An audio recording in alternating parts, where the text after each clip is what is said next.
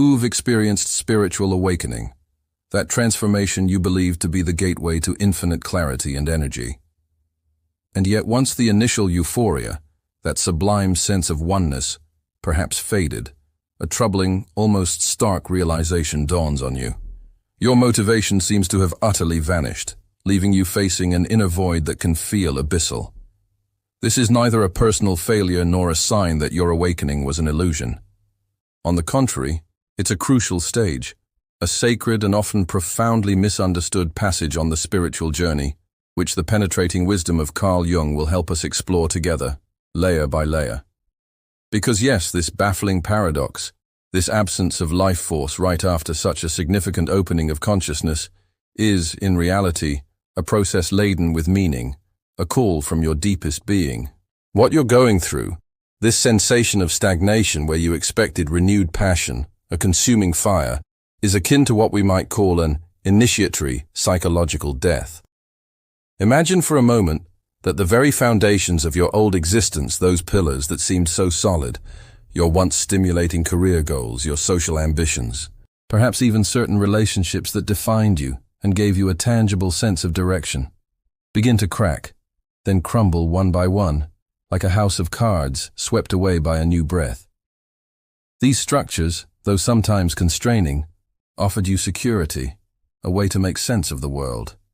Their dissolution leaves you bare, exposed, in a suddenly unrecognizable inner landscape. The motivation that once animated you, the one that propelled you out of bed each morning with a list of tasks and aspirations, was very often, without your full awareness, fueled by the needs and fears of your ego. This desire to prove something, to yourself or others, this relentless quest for recognition, approval, external love, this drive to conform to an idealized social image. All of this constituted your mask, what Carl Jung calls the persona. With awakening, the light of consciousness begins to illuminate the artifices of this persona. And it cracks. It loses its hold. Naturally, the objectives that stemmed from it, the desires that emanated from it, then suddenly lose all their flavor, all their relevance. They seem vain, hollow, alien to what you're beginning to perceive as your essence. Your ego, that psychic agency that held the reins of your life for so long, finds itself profoundly disoriented. It's like an experienced captain who, after a luminous storm, finds himself on an unknown ocean, his compass shattered, his maps obsolete, his crew, your old certainties, in disarray. It has lost its usual cardinal points, those that allowed it to navigate the external world and measure its success. Without this old roadmap, forged by years of conditioning and experiences interpreted through its prism, motivation fades, giving way to an uncertainty that can be deeply distressing. A nagging, "What's the point?" may echo in your inner silence. This void, this feeling of floating, this absence of palpable desire, is not to be interpreted as a crushing personal failure, nor necessarily as clinical depression in the way modern psychiatry usually understands it, though symptoms can sometimes resemble it. Rather, it's an ancient phase, a sacred night of the soul, an absolutely necessary step on the arduous yet luminous path of what Jung calls individuation. It's the heroic journey towards your most authentic self, your divine core, your true essence patiently waiting in the shadows. Jungian individuation then becomes not a magic bullet, but your new inner compass, one that orients itself not to the mirages of the external world, but to the North Star of yourself. According to Jung's profound vision, individuation is this organic and continuous process by which your ego, your limited personal consciousness, gradually learns to differentiate itself, then to align, to consciously collaborate with a much vaster, wiser, more encompassing agency within you, the self. The self, in Jungian psychology, is not merely the improved me, it is the organizing center of your entire psyche, conscious and unconscious combined. It is that spark of the divine within you, connected to a totality, to the collective unconscious and its universal archetypes. The self cares little for social status, material accumulation, or external approval. It vibrates at a different frequency, a subtle frequency, that of your soul, which communicates through whispers, intuitions, synchronicities, symbol-laden dreams. But beware, for on this path strewn with shadows and light, a subtle trap can emerge during this phase of emptiness and receptivity: spiritual bypassing. This is the insidious tendency to use spiritual concepts to rationalize emotional disconnection, disengagement from the world, a flight from the challenges of incarnation. One might then cloak oneself in pseudo-wisdom, asserting that nothing matters anymore, that everything is illusion, to avoid facing one's own discomforts, responsibilities, or the complexity of life. However, the self, in its fullness, is not an ethereal abstraction inviting us to flee earthly life. On the contrary, it deeply aspires to incarnate, to live, to express itself uniquely and creatively through you, in matter, in your relationships, in your actions. This is often where what Carl Jung, with his clinical wisdom, calls enantiodromia comes into play. This rather barbaric-sounding term describes a fundamental psychic principle. Any tendency pushed to its extreme, any excessive one-sidedness, eventually flips into its opposite to restore vital balance.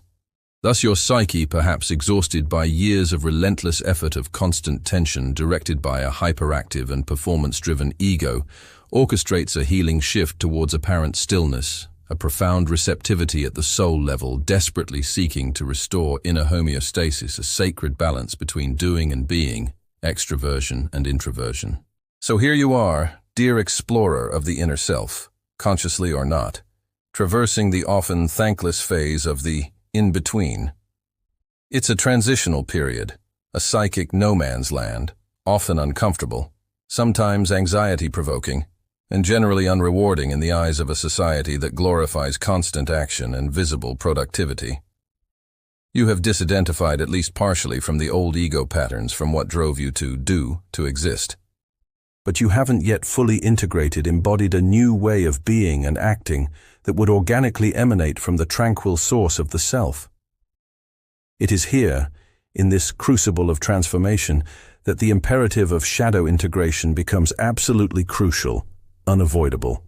To become a complete, unified individual, which is the goal of individuation, it is essential not to destroy the shadow, but to courageously and compassionately confront and integrate those aspects of yourself you may have long repressed, judged as unacceptable, negative, or that are simply deeply uncomfortable to you. This is your personal shadow, the sack you carry on your back, filled with everything you didn't want to see in yourself. It often manifests through projection onto others. What irritates you most in others is often a mirror of an unacknowledged part of yourself. Sometimes, the psyche cuts off motivation to force us into this work of integration, this face-to-face encounter with ourselves.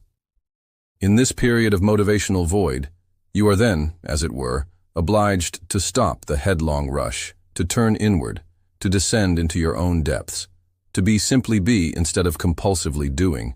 Your unconscious, through this apparent withdrawal of outward energy, whispers or sometimes shouts. Look within. There are unsuspected treasures, untapped potentials, but also wounds to heal, hidden in your depths.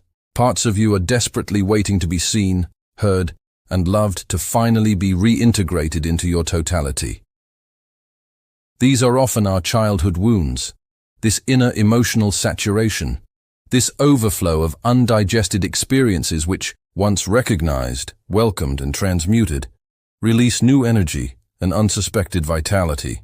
And it is precisely by ceasing to desperately fight against this void, by stopping the judgment of it as an enemy or an anomaly, by accepting it instead as a fertile pause, a necessary fallow period for the soul, that a new form of motivation, of a radically different quality, can begin to emerge timidly at first, then with more assurance. It is qualitatively different from the old ego-centered motivation, less anxious, less frenetic, less based on compulsive performance or the visceral fear of lack. It is felt more as a natural impulse, a peaceful and powerful life current, a subtle whisper or a quiet knowing guided by your soul, by your deep intuition. This is an energy that no longer comes from the tensed will of the ego, but from a deeper source, from an inner resonance with what is right and true for you, at this very moment. Learning to operate from the self, therefore, is to embark on the path of a symbolic life.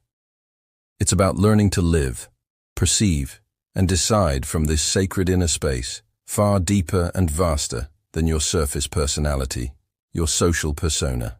Life no longer becomes merely a matter of biological survival or achieving external goals dictated by society, but a quest for intimate and personal meaning, a dance with mystery where you learn to listen with finesse and respond with confidence to inner calls, to life's subtle signs, to astonishing synchronicities rather than forcing events by the sheer strength of your will. You begin to sense atmospheres with new acuity, to pick up subtle signals from your body and environment, as if an inner radar, long dormant, has finally activated, connecting you to the vibrational field of existence. Alignment then becomes your new energetic fuel, your purest source of vitality. The source of this new motivation, of this joy of being and acting effortlessly, lies in this conscious and constant alignment with what resonates deeply and authentically within you, with your unique vibration, your singular imprint in the universe. You learn, step by step, to make choices, small and large, based no longer on fear, duty, or the search for immediate gratification, but on the inner peace they generate, on the feeling of expansion and the profound meaning they evoke within you. Rather than performance or external validation, it is this inner resonance that becomes your ultimate criterion.